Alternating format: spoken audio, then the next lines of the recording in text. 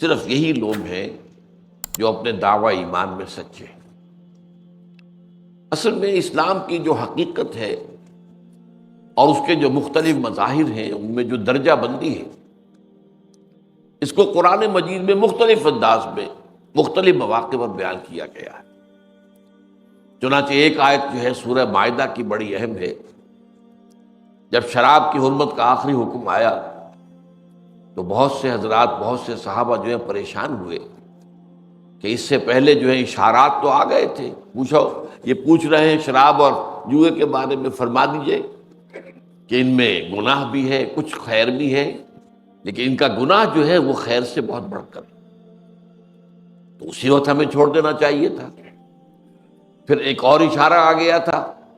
جب نشے کی حالت میں ہو تو نماز کے قریب نہ جانا جب تک کہ وہ نشہ اتر نہ جائے اور تمہیں معلوم ہو کہ میں کیا کہہ رہا ہوں، تو اس کے بعد ہم چھوڑ دیتے۔ اب آخری حکم جو آیا ہے اس کے انداز بھی بڑے تیکھے ہیں، حل انتم منتہون، باز آتے ہو کہ نہیں اب بھی؟ تو بہت تشویش ہوئی صحابہ کو کہ ہم تو شراب پیتے رہے ہیں اور اتنا عرصہ ہمیں گزر گیا۔ تو یہ میں آج کی اصطلاح میں کہہ رہا ہوں کہ ہمارے تو ہر خلیے میں، جسم کے ہر سیل میں شراب کے اثرات پہنچ چکے ہیں۔ تو اب گویا کہ کیسے نجات ہوگی؟ اس پر آیت اتری کہ کوئی حرج نہیں ہے، جو لوگ ایمان اور اسلام پر عمل کرتے رہے اور نیک عمل کرتے رہے، وہ جو کچھ کھاتے پیتے رہے اس کے حرمت کے آخری حکم کے آنے سے پہلے، ان پر کوئی حرج نہیں۔ اذا متقوا وآمنوا وعملوا الصالحات، جب تک کہ وہ تقوی کی روش پر رہے اور ایمان لائے اور نیک عمل کرتے رہے۔ ثم اتقوا وآمنوا، پھر اور تقوی کیا اور ایمان لے آئے، یعنی اسلام کا پہلے تھا معاملہ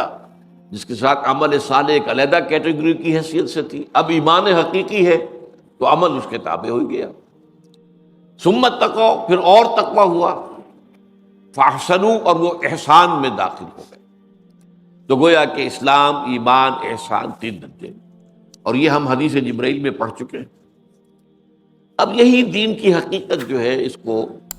حضرت معاذ رضی اللہ تعالی عنہ سے مروی جو ایک طویل حدیث ہے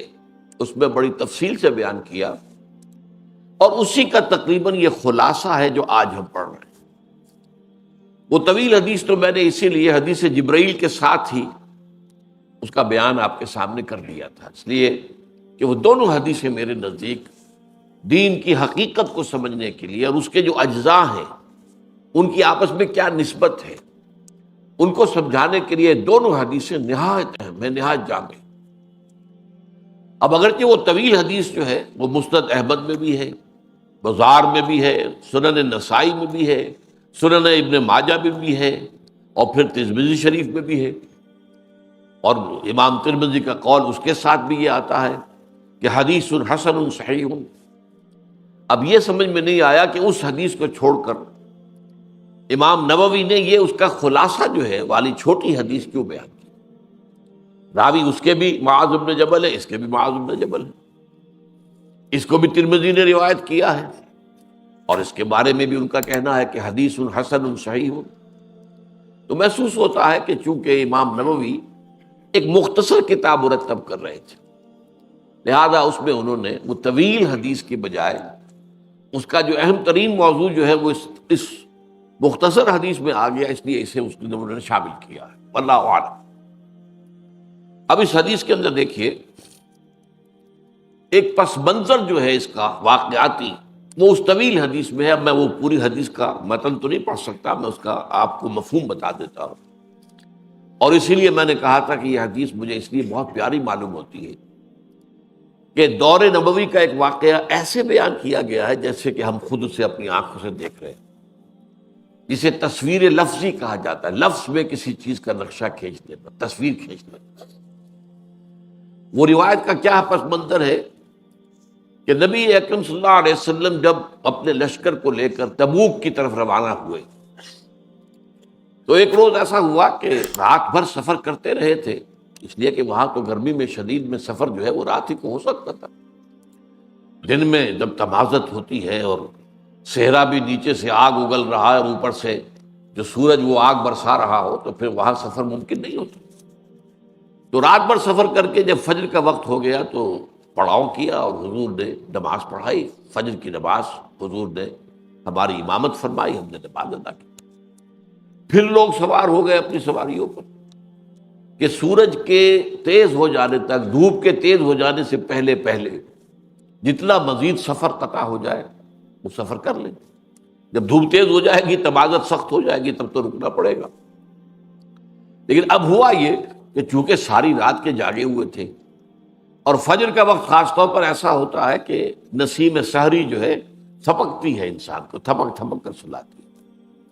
عام طور پر یہ مشاہدہ ہے کہ کوئی مریض کسی درد میں مبتلا ہو، ساری رات جاگتا رہے، صبح کے وقت اسے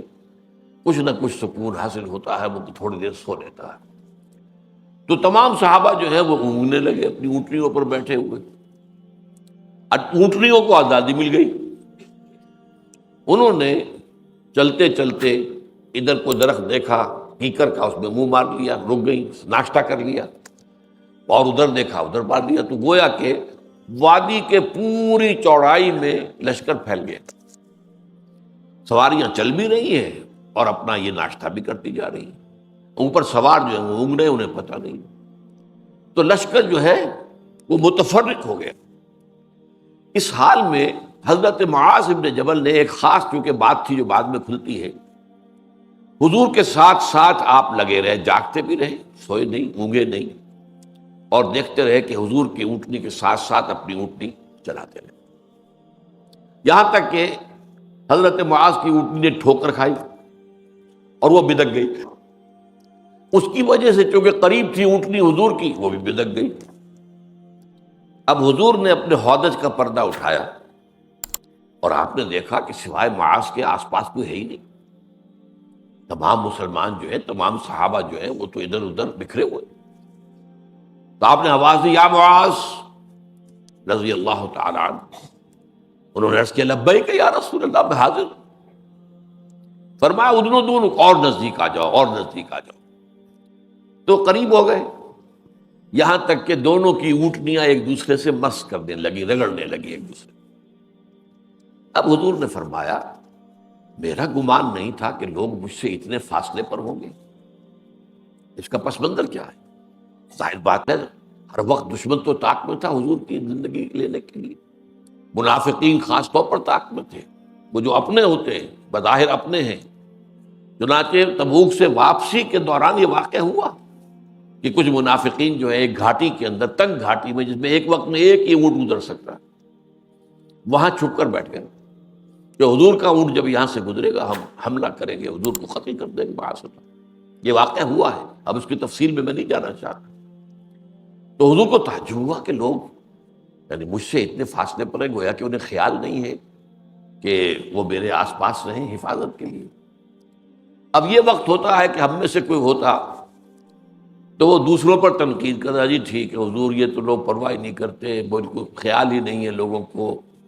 تاکہ اپنے نمبر بھی بنائیں کہ میں تو دیکھیے آپ کی سواری کے ساتھ اپنی سواری کو جوڑے چلا آ رہا ہوں۔ لیکن حضرت معاذ وہ صحابی تھے، انہوں نے کہا حضور،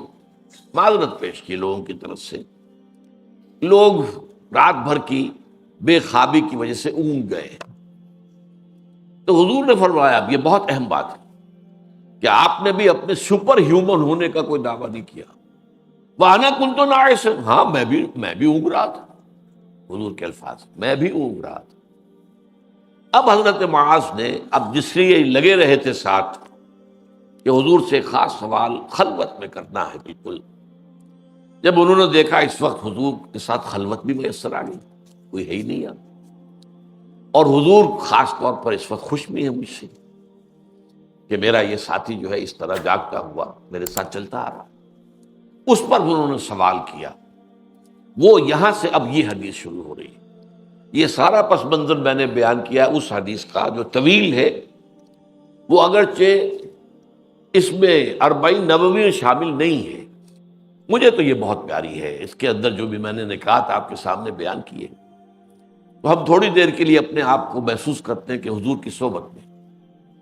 اور اس کے بعد سوال جواب ہوئے۔ اس کا خلاصہ یہاں ہے، قلت یا رسول اللہ اخبرنی بعمل یدخلنی الجنۃ ویباعدنی عن النار۔ اب میں نے عرض کیا، اے اللہ کے رسول، مجھے بتائیے وہ عمل جو مجھے جنت میں داخل کر دے اور مجھے جہنم سے، آگ سے دور کر دے۔ قال لقد سألت عن عظیم، آپ نے فرمایا تم نے بہت بڑی بات پوچھی ہے۔ یہ گویا تحسین کا کلمہ، شاباش، تم نے وہی بات پوچھی جو حقیقت پوچھنے کی۔ اس طویل حدیث میں الفاظ ہے بخن بخن، یہ عربوں کا ایک کلمہ ہے کسی کی تحسین کے لیے، تم نے بہت اچھا کہا۔ تو میں کہا کرتا ہوں کہ اردو میں ہم کہتے ہیں بہت خوب بہت خوب، تو بہت کی بے آ گئی، خوب کا خے آ گئی، تو بخن بخن، تم نے بہت اچھا پوچھا ہے۔ لقد سألت بشیء عظیم ثلاث مرات، حضور نے 3 دفعہ فرمایا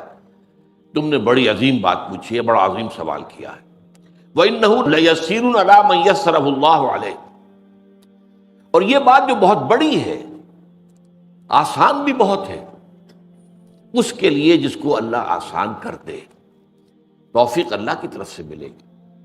لیکن یہ کہ جس کو اللہ تعالیٰ آسان کر دے، جس پر اس کا فضل ہو جائے، اس کے لیے بہت آسان ہے۔ وہ کیا ہے؟ تعبد اللہ لا تشرک بہ شیئا، اللہ کی بندگی اور پرستش کرو، اس کے ساتھ کسی شے کو شریک نہ کرتے۔ اب یہاں نوٹ کیجئے کہ یہ شرک جو ہے اور عبادت، یہ کس قدر جامع الفاظ ہے۔ عبادت پوری زندگی میں اللہ کی اطاعت مطلق، اس پر تفصیل سے گفتگو ہم کر چکے ہیں، اور وہ بھی اللہ کی محبت سے سرشار ہو کر۔ ہاں کبھی خطا ہو جائے تو توبہ کر لی جائے، دعا کر لی جائے، اللہ سے استغفار کیا جائے، لیکن یہ نہیں کہ مستقلاً کسی ایک گناہ کو بھی اپنی زندگی میں شامل کر لیا جائے مستقل طور، جیسے ہمارے ہاں ہو رہا ہے۔ حج بھی ہو رہے ہیں، نمازیں بھی ہیں، عمرے بھی ہیں، سودی کاروبار بھی ہے۔ اب یہ سودی کاروبار جو ہے یہ تو باقی ہر شے کی نفی کر دے گا۔ تو تعبد اللہ لا تشرک بھی، اور شرک فی الذات بھی ہے، شرک فی الصفات بھی ہے، شرک فی الحقوق بھی ہے۔ کہ ہم سمجھتے ہیں شرک شاید صرف یہی ہے کہ بتوں کو سجدہ کیا جائے، یا بعض جو بھی ہیں زیادہ جو حساس ہیں وہ اللہ کی صفات میں کسی کو شریک کر دینے کو بھی، اللہ کی ذات میں شریک کر دینے کو بھی شرک سمجھتے ہیں۔ لیکن اللہ کے حقوق میں شریک کر دینا، شرک عملی کیا ہے اور توحید عملی کیا ہے، اس سے عام طور پر لوگ ناواقف ہیں۔ تو فرمایا تم اللہ کی پرستش اور بندگی کرو، اس کے ساتھ کسی شے کو شریک نہ کرتے ہوئے۔ نفی بھی ساتھ آ گئی، لا الہ الا اللہ، نفی بھی ہو گئی، کوئی الہ نہ ہو تمہارا سوائے اللہ کے، اور تم پرستش ہی نہیں کرو صرف، بلکہ بندگی کرو، اطاعت کرو، کلی اطاعت،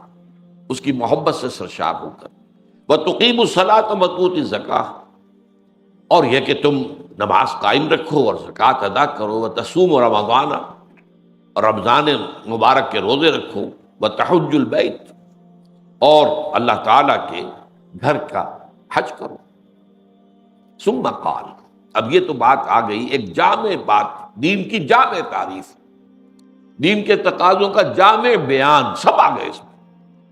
عبادت میں پوری زندگی کی اطاعت، شرک میں ہر نوع کے شرک سے بچنا، اور پھر اس کے ساتھ نماز، روزہ، حج، زکوٰۃ، جو کہ ارکان اسلام میں سے، جس کی بنیاد پر ہمارے معاشرے کا ایک خاص رنگ بنتا ہے،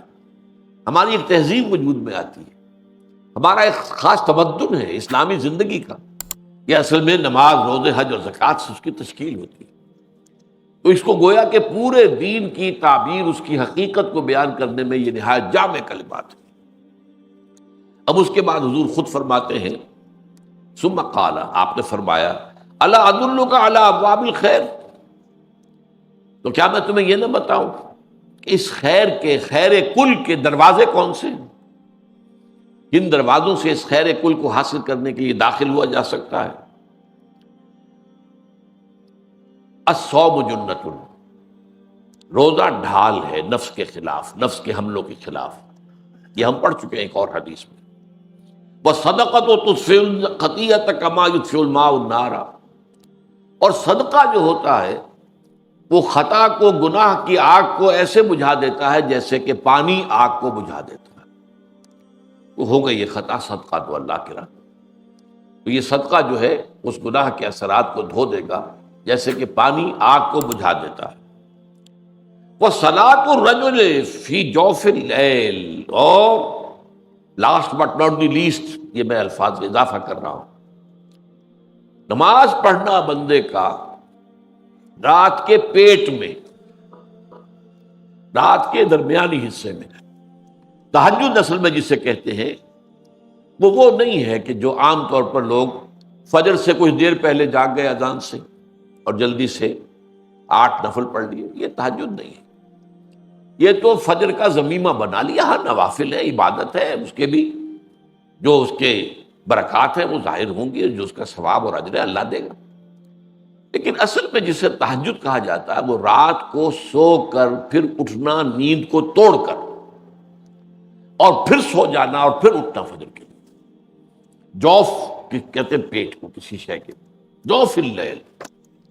رات کے بطن میں، رات کے درمیان میں، یعنی نصف رات گزر جائے اس وقت سے انسان جو ہے وہ نماز پڑھے، اور پھر ثلث رہ جائے تو پھر جاگ جائے، پھر سو جائے، اور پھر اس کے بعد اٹھے فجر کے لیے اور سنتیں پڑھے اور آئے مسجد کے اندر۔ تو یہاں آپ نے فرمایا وَصَلَاةُ الرَّجُلِ فِي جَوْفِ اللَّيْلِ، اور اپنے اس قول کے لیے حضور نے آیتیں تلاوت فرمائی، وہی دو آیتیں، یہاں یہ سورہ سجدہ کی آیت نمبر 16 اور 17 ہیں،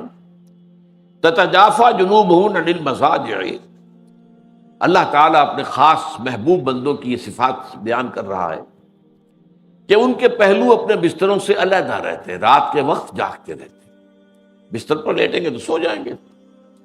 تتجافا جنوبہم عن المضاجع یدعون ربہم خوفا وطمعا، وہ اس وقت اپنے رب کو پکارتے ہیں، دعائیں کرتے ہیں، خوف کے ساتھ بھی، اس کے مواخذے کا خوف، اس کے عذاب کا خوف، اس کی باز پرس کا خوف، اس کی ناراضی کا خوف، جہنم کا خوف، و طمعا، اور طمع کس کی؟ اللہ راضی ہو جائے، اللہ کے اجر و ثواب کی بھی طمع ہو، لیکن سب سے بڑی طمع کیا ہے؟ اللہ مجھ سے راضی ہو جائے، اس لیے سب سے اونچا مقام یہی ہے، رضی اللہ عنہم ورضوا عنہ، اللہ ان سے راضی ہو گیا، وہ اللہ سے راضی ہو گیا، یہ باہمی رضا ہے، بندہ اپنے رب سے راضی رہے، وہ ہے کہ تسلیم و رضا، جو بھی دنیا میں آ رہا ہے اس پر شکوہ، اللہ کا شکوہ زبان پر نہ لائے، جو بھی آ رہا ہے یہ میرے رب کی طرف سے ہے، وہ میرا مولا ہے، آقا ہے، دوست ہے، میرا خیر خواہ ہے، اسے معلوم ہے کہ اس شر کے پیچھے کون سا خیر آ رہا ہے، مجھے کیا پتا، مجھے تو شر نظر آ رہا ہے، خیر تو نظر نہیں آ رہا، اس لیے فرمایا گیا کہ ہو سکتا ہے عسیٰ ان تکرہوا شیئا وہو خیر لکم، وعسیٰ ان تحبوا شیئا وہو شر لکم، واللہ یعلم وانتم لا تعلمون، ہو سکتا ہے تمہیں کوئی چیز بری لگے حالانکہ اسی میں تمہارا خیر ہو، عین ممکن ہے تمہیں کوئی چیز اچھی لگتی ہو حالانکہ اس میں تمہارے لیے شر ہے، اللہ جانتا ہے تم نہیں جانتا، اس کیفیت کے اندر دنیا کی زندگی گزارے، اللہ تعالیٰ آخرت میں اسے راضی کر دے گا، اللہ اس سے راضی ہو جائے گا۔ تو یہ ہے در حقیقت اللہ تعالیٰ کے لیے صلاۃ الرجل فی جوف اللیل کا، کہ اس میں تتجافا جنوبہم عن المضاجع یدعون ربہم خوفا وطمعا ومما رزقناہم ينفقون، اور جو کچھ ہم نے انہیں دیا ہے اس میں سے خرچ بھی کرتے ہیں۔ اب اس کی کیا ہے، اس کا بدلہ کیا ملے گا؟ فلا تعلم نفس ما اخفی لهم من قرۃ اعین جزاء بما كانوا يعملون، تو کسی انسان کو پتہ نہیں ہے اس کے لیے اللہ تعالیٰ نے آنکھوں کی ٹھنڈک کا کیا کیا سامان فراہم کیا ہوا ہے، جنتوں کی نعمتوں کا تم اندازہ نہیں کر سکتے، قرآن مجید میں الفاظ آئے ہیں وہ ہماری ذہنی سطح کے مطابق، وہاں پہ پھل ہوں گے، وہاں پہ شہد ہوگا، دودھ ہوگا، وہاں پہ بہت اچھا ایک شراب ہوگی جس میں نہ کوئی نشہ ہوگا اور نہ ہی کوئی بہکنے کی بات ہوگی، سرور اور کیفیت جو ہے وہ ہوگی، وغیرہ وغیرہ، حوریں ہوں گی، یہ بھی میں نے بیان کیا ہے، لیکن ساتھ ہی حضور نے فرمایا کہ جنت کی نعمتیں وہ ہیں ما لا عین رأت ولا اذن سمعت وما خطر علی قلب بشر، وہ تو ایسی نعمت ہے، وہ ابتدائی جنت ہے وہ جس کا کہ ذکر ان الفاظ میں کھینچا گیا ہے، یہ نعمتیں جنہیں ہم سمجھتے ہیں، وہاں کھجور کے باغات ہوں گے اور انگور کے ہوں گے، اور وہاں پر انار بھی ہوگا، رمان ہوگا، سب کچھ ہوگا، ساری چیزیں ہوں گی، لیکن اصل میں اعلیٰ جنت جس کی طرف کہ پھر اللہ تعالیٰ کے وہ بندے جن کا ایمان گہرا تھا، وہ ان کو جو اوپر سے اوپر کی جنت میں لے جایا جائے گا رفتہ رفتہ، وہاں وہ نعمتیں ہیں جو نہ کسی آنکھ نے دیکھی، نہ کسی کان نے سنی، نہ کسی کے دل پر ان کا خیال تک وارد ہوا۔ ما لا عین رات ولا اذن سمعت وما خطر علی قلب بشر۔ تو یہاں پر بھی فرمایا فلا تعلم نفس ما اخفی لهم من قرۃ اعین، تو کسی کو معلوم نہیں ہے اللہ نے کیا کیا چیزیں مخفی رکھی ہوئی ہیں اپنے خزانہ فیض کے اندر ان کی آنکھوں کی ٹھنڈک کے لیے، جزاء بما كانوا يعملون، اور یہ بدلہ ہوگا ان کا ان اعمال کا جو وہ کرتے رہے۔ تو یہاں تک حضور نے یہ دونوں آیتیں جو ہیں حوالے کے طور پر، خاص طور پر تتجافى جنوبهم عن المضاجع کے حوالے سے، جو کہ حدیث میں الفاظ ہے وصلاۃ الرجل فی جوف اللیل ثم قال، اس کے بعد یوں سمجھیے کہ حضور کا دریائے سخاوت جو ہے اور جوش میں آیا ہے۔ ثم قال، پھر آپ نے خود ایک سوال کیا، الا اخبرک براس الامر وعمودہ وذروۃ السنام، ذروۃ السنام، اے معاذ کیا میں تمہیں یہ نہ بتاؤں کہ اس معاملے کی جڑ کیا ہے، بنیاد کیا ہے، اور اس کا عمود کیا ہے، ستون کیا ہے، اور اس کی چوٹی کا عمل کیا ہے۔ اب یہی وہ ہے دین کے مختلف اعمال، ان کی باہمی نسبت کیا ہے۔ عام طور پہ سب باتیں لوگوں کو معلوم ہیں، لیکن یہ ریشو پروپورشن اور کیا چیز مقدم ہے، کیا ثانوی ہے، کس چیز کا کس کے ساتھ منطقی ربط ہے، یہ در حقیقت حکمت دین کا موضوع ہے، یہ سب کو معلوم نہیں۔ اب یہاں پر پورے دین کو ایک درخت سے تعبیر کیا گیا، ایک ہے اس کی جڑ راس و حاضر الامر، ایک ہے عمود تنا، عمارت میں آپ کہیں گے ستون، اور درخت میں وہ تنا ہوگا، وذروۃ السنام ہی، اور اس کی چوٹی کا عمل کیا ہے، چوٹی کیا ہے۔ اب آپ کو معلوم ہے درخت میں، آم کا درخت ہے تو جڑ بھی ہے، اس کے بعد تنا بھی ہے، اب اس کے بعد وہ شاخیں پھیلی ہوئی ہیں اور ان میں پتے بھی لگے ہوئے اور آپ بھی لگے ہوئے۔ اصل شے ہوتی ہے وہ اوپر ہوتی ہے، اصل میں درخت آم کے لیے لگایا گیا ہے، وہ جڑ میں نہیں لگتا، وہ تنے میں نہیں لگتا، وہ تو ٹہنیوں میں جا کر لگے گا، اوپر لگے گا چوٹی کے اوپر۔ گلاب کا پودا ہے تو گلاب کا پودا جو ہے اس پودے کی جڑ میں پھول نہیں لگتے، اس کے تنے میں، تنا جو چھوٹا سا ہوتا ہے اوپر جو ہے وہ اس کی چوٹی جو ہے اس کے اوپر پھول لگے ہوئے ہوتے ہیں۔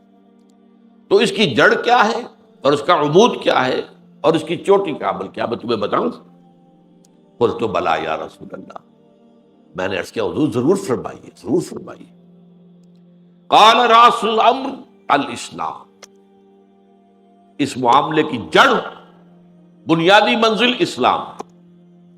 یہاں اسلام اپنے اس معنی میں آیا، ایک ہے اسلام اپنے ارکان کے حوالے سے، بنی الاسلام علی خمس، شہادت اللہ الہ الا اللہ وان محمد رسول اللہ واقام الصلاۃ وایتاء الزکوٰۃ وصوم رمضان وحج البیت من استطاع الیہ سبیلا۔ یہ حدیث ہم پڑھ چکے ہیں، غالباً حدیث نمبر 3 تھی اس میں، اسی مجموعے کے اندر متفق علیہ ہے حضرت عبداللہ ابن عمر رضی اللہ تعالیٰ عنہ۔ لیکن اسلام کا بھی جیسے میں نے عبادت کا بتایا آپ کو، پوری زندگی میں اللہ کی اطاعت، اسلام کے معنی بھی ہے سرنڈر کر دینا، ہمتن، اسلام کے معنی ہے ہتھیار پھینک دینا۔ اس لفظ کے اندر اصل میں نقشہ یہ ہے کہ دو آدمی لڑ رہے ہیں، ایک جو ہے وہ پھینک دیتا اپنے ہتھیار، گویا کہ سرنڈر کر دیا، یہ سرنڈر ہے۔ اسلام سرنڈر ہے اللہ کے سامنے، الاسلام یہ ہے در حقیقت جڑ۔ وعمودہ الصلاۃ، اور عمود جو ہے اس کا تنا نماز ہے، ویسے بھی آیا ہے الصلاۃ عماد الدین، نماز جو ہے وہ دین کا ستون ہے، وہ عماد اور عمود لفظ تو ایک ہی ہے۔ وعمودہ الصلاۃ، اس کا عمود جو ہے، اس کا تنا جو ہے، اس کا ستون جو ہے، وہی میں عرض کر رہا تھا کہ عمارت کا تصور کریں گے، عمارت میں بھی ایک بنیاد ہوتی ہے، پھر ستون ہے، ستون پر چھت ہوتی ہے، تو اسی طریقے سے درخت ہے، اس کی جڑ ہے، اس کا تنا ہے، اور پھر اوپر جو ہے برگوبار، جسے ہم کہتے ہیں برگوبار ہے۔ تو فرمایا کہ اس کا عمود جو ہے، تنا یا جو اس کا ستون ہے، وہ نماز۔ وذروۃ سنامہ الجہاد، اور اس کے چوٹی کا عمل الجہاد ہے۔ اب یہ ہے اصل میں سمجھنے کی بات۔ ہمارا ذہن سارا کا سارا وہ ارکان اسلام کے اوپر جمع ہوا ہے، جو وہ بہت دیندار ہیں وہ بھی بہرحال ان 5 کا تو کر لیں گے معاملہ، لیکن اس سے آگے نہیں جاتے۔ اس لیے میں نے آیت آپ کو سنائی تھی، حقیقی مومن صرف وہ ہیں جو ایمان لائے اللہ پر، اس کے رسول پر، پھر شک میں ہرگز نہ پڑے، یقین والا ایمان، ثم لم یرتابوا، ریب نہ ہو، بالکل یقین بن جائے، وجاہدوا باموالہم وانفسہم فی سبیل اللہ، اور جہاد کیا انہوں نے اپنی جانوں اور مالوں کے ساتھ اللہ کی راہ میں، اولئک ھم الصادقون، صرف یہی لوگ سچے ہیں۔ یعنی اگر یہ دعویٰ کریں کہ ہم مومن ہیں تو ان کو یہ حق پہنچتا ہے، لیکن اگر یہ جہاد ہے ہی نہیں، دل میں یقین ہے ہی نہیں، بہرحال ایک عقیدہ ہے، والدین سے سن لیا، یا جب اسلام کو اللہ نے فتح دے دی تو فوج در فوج لوگ جو ہیں وہ داخل ہو رہے ہیں۔ وہ داخل ہونا اصل میں اس بنیاد پر تھا کہ اب it's no use resisting any more, اب ہم مقابلہ نہیں کر سکتے، we have to surrender. Surrender کا لفظ میں نے استعمال کیا تھا۔ تو در حقیقت قرآن نے کیا کہا؟ یہ کہتے ہیں ہم ایمان لے آئے، ان سے کہہ دیے تم ایمان ہرگز نہیں لائے ہو، ہاں تم کو ہم نے سرنڈر کر دیا ہے۔ قالت الاعراب آمنا قل لم تؤمنوا ولکن قولوا اسلمنا، ہم نے سرنڈر کر دیا، ہماری مخالفت ختم ہو گئی۔ اگر تم نے یہ بھی کیا ہے خلوص دل کے ساتھ، اس میں دھوکہ نہ ہو کہ ٹھیک ہے ابھی تو سر جھکا دو، پھر دیکھیں گے ذرا حالات بدلیں گے تو پھر کھڑے ہوں گے، یہ پھر منافقت ہے۔ لیکن اگر اس قسم کی کوئی بات دل میں نہیں ہے تو اگر آپ ایمان لائے ہیں اشہد ان لا الہ الا اللہ واشہد ان محمد رسول اللہ، آپ مسلمان مان لیے گئے، بس ٹھیک ہے، اب آپ کی جان اور مال محفوظ ہے۔ تو اس اعتبار سے اسلام جو ہے وہ سرنڈر ہے۔ تو راس الامر الاسلام وعمودہ الصلاۃ وذروۃ سنامہ الجہاد، یہ جہاد نہیں ہے تو پھر پھل نہیں ملا، پھل نہیں لگا اس درخت کو۔ اس درخت میں پھل جو ہے وہ تو جہاد فی سبیل اللہ کا ہے۔ البتہ اس میں یہ ہے کہ سمجھنے کی بات ہے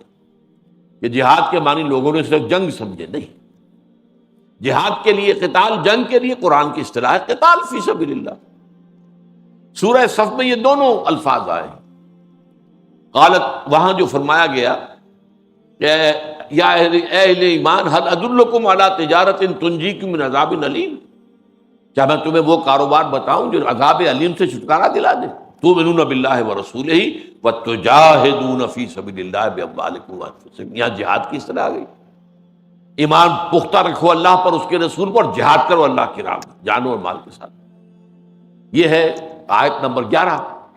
سورہ صف کی۔ اور آیت نمبر 4 میں کیا ہے؟ ان اللہ یحب الذین یقاتلون فی سبیلہ صفا کانہم بنیان مرصوص، اللہ کو محبت تو اپنے ان بندوں سے ہے جو اس کی راہ میں جنگ کرتے ہیں، ایسی صفیں باندھ کر جیسے سیسا پلائی ہوئی دیوار ہو کہ دشمن اس کے اندر کوئی رکھنا پیدا نہ کر سکے۔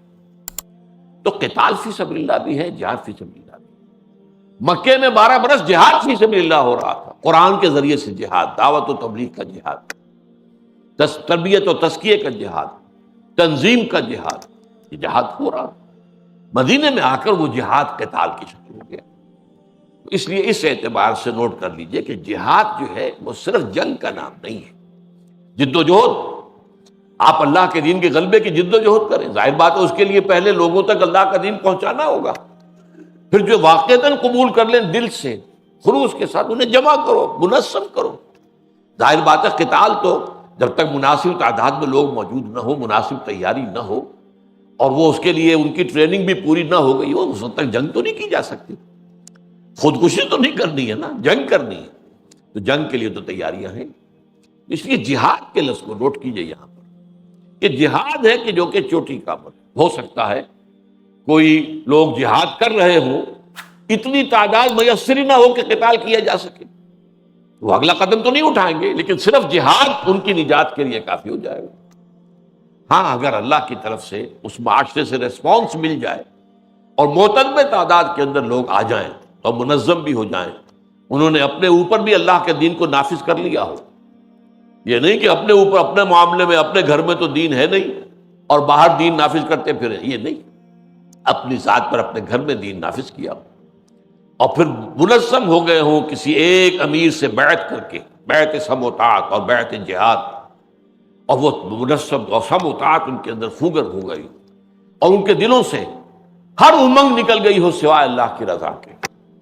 اور آخرت کی فلاح۔ یہ نہیں کہ حکومت کی طلب میں کر رہے ہوں یا مال غنیمت کی طلب میں کر رہے ہوں، نہیں، معاذ اللہ ثم معاذ اللہ۔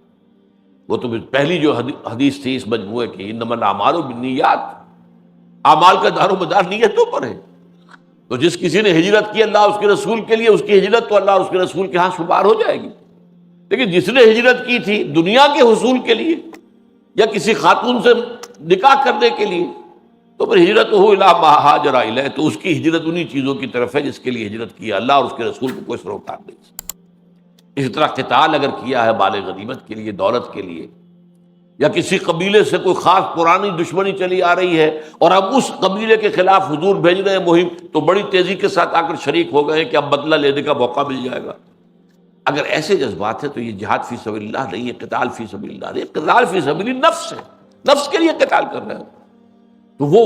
جبکہ انسان کے دل سے ہر امنگ، ہر آرزو نکل جائے سوائے اللہ کی رضا اور آخرت کی فلاح، اس کے لیے جو جد و جہد بھی وہ جہاد میں ہے۔ ثم قال، اب اس کے بعد حضور مزید جو ہے حکمت کا ایک لمحہ، یہ جو ہے اس طویل حدیث کے اندر یہ موجود نہیں ہے، یہ گویا کہ اس حدیث کا جو ہے اضافی جو اس کے اندر حکمت کا خزانہ ہے۔ الا اخبرک بملاک ذالک کلہ، اے معاذ میں تمہیں نہ بتاؤں ان تمام معاملات کی روح رواں کیا ہے، کیا چیز۔ السلام علیکم ورحمۃ اللہ وبرکاتہ۔ اس طرح کی مزید انبیٹیبل ویڈیوز دیکھنے کے لیے ہمارے اس چینل ایٹرنل فیتھ کو سبسکرائب کریں۔ آپ کا شکریہ۔